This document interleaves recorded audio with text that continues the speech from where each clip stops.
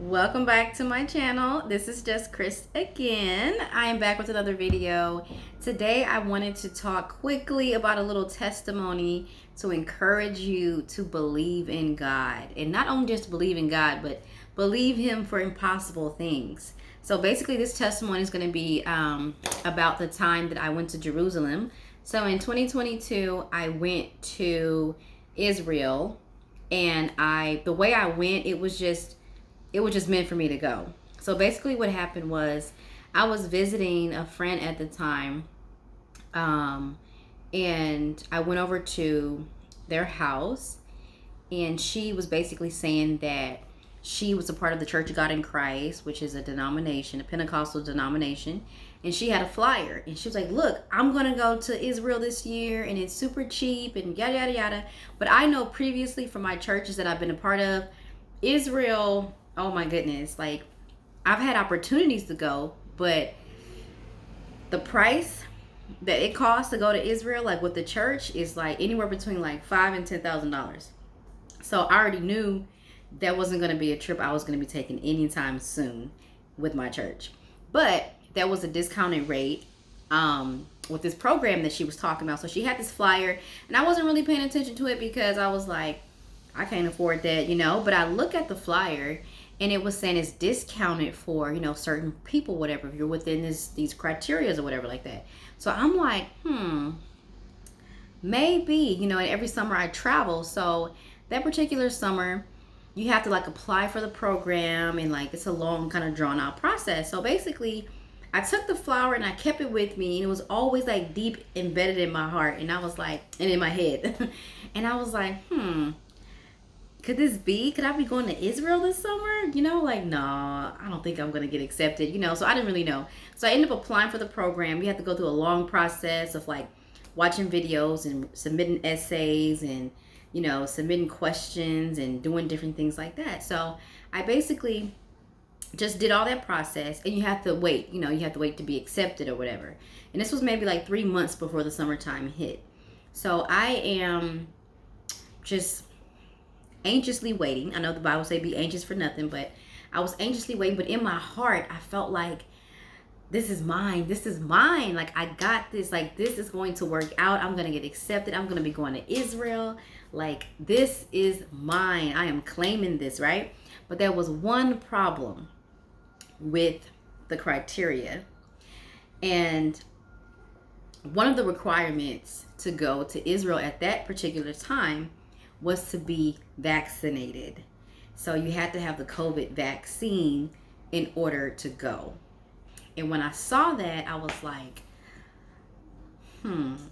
how can I like finesse my way through this? Because there is no way I'm getting this vaccine, because this is my own personal opinion. So if you're offended by that, that's you. You do whatever that feels comfortable for you. But for me, I am kind of anti-vaccination, so I don't get any vaccine for anything unless it's like mandatory, like in school or whatever. But I don't believe in like flu shots and COVID shots and all this type of stuff. So anyways, just my personal opinion.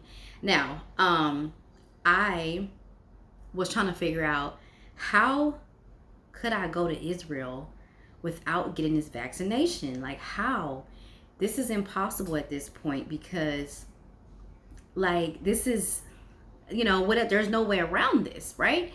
So the miracle of this whole situation was that I felt deep in my heart that this trip was mine. Israel was mine. This was going to be something that I was going to do. I just felt excited about it. And I'm like, this has to be mine. It feels so close. It feels so like right here. I got this, So I'm waiting through the process, and I'm working and stuff like that. And I'm steady checking my email. I'm steady checking the website. And every time I check it, it's saying pending, pending, pending. And I'm trying to figure out like, okay, time is getting closer, because I know the deadline was, I'm gonna just say, for example, like May something. And it was already like at the end of April. So I'm like, they still haven't told me anything. Like, I don't know what to think. Like, I don't know what's going to happen. So I ended up checking my email, It still said pending. Well, at the very last minute, I remember it was a weekend. It was like a Saturday.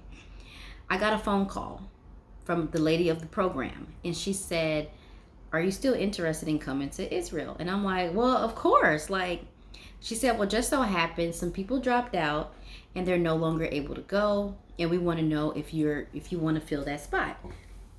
And I'm like, "Oh my God, yes, of course." She said, "The only problem is I need to get your deposit by the next like 10 hours." And that was like the next day, but like early in the next day. Because this was like towards the evening time when she called me. And I'm like, dang it, like what am I gonna do? Like, how am I gonna get this money this quick, right? Because I'm not anticipating, oh dang it, I'm moving the camera. I'm not anticipating, going on the trip. Well, I'm anticipating going on the trip, but I'm not anticipating trying to have that big turnaround right there. And I can't remember how much the deposit was. I want to say 500, but I can't remember. Anywhere from like 500 to like $800. I can't really remember. But I had to do that deposit ASAP. That's the only way I can go. So I ended up doing the deposit, calling my daddy. Had to hit him up real quick. Had to call him real quick and tell him what I was doing, the purpose that I was doing. But he completely supported it. And he was just like, yes, this is going to be an amazing situation you got going on. So, we arranged the deposit. But of course, I was still left with the problem of the vaccination. So now that I was accepted into the program, everything was amazing. I'm like, yes, what am I going to do about this vaccination? Because what will happen is I won't even be able to board the plane. I won't be able to get, there. So what happened was I end up checking the Isreal website, right? And I'm checking it. And just so happened, there is a ban or a unban in the country of Israel that the vaccination to enter the country is no longer required. And when I saw that, I couldn't believe my eyes. I'm scrolling through and I'm like, what? No, there's no way. There's no way. The Lord lifted the ban just for me. I'm just playing. But I can still say that because it was my turn to go and God knew this. So he abolished all those laws for the vaccination. So basically, I'm looking at this and I can't believe this. I cannot believe what I'm looking at. I'm like, there is no way. When you pray for something and you ask for it and you ask for it and you ask for it, you ask for it. But then when you finally get it, it still feels like surreal. It's like, okay, I know I prayed for this and I really wanted to go on this trip. And I just thought it was impossible, but I still felt in my heart that it was for me and I really wanted to go. And lo and behold, God made a way. He provided a way. The ban was lifted. I was able to go to Israel. And I do have videos from my trip in Israel. Unfortunately, I don't have any more footage because during that time I did get robbed in one of the countries I was going to. And they stole all my stuff.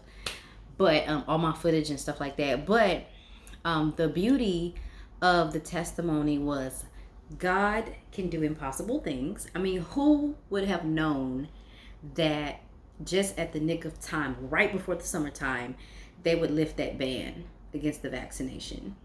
And I know some people are probably thinking like, oh no, you need to get the vaccination because it's good for you and yada, yada, yada. It's good for you. It's not good for me, but God is still good because he lifted the ban.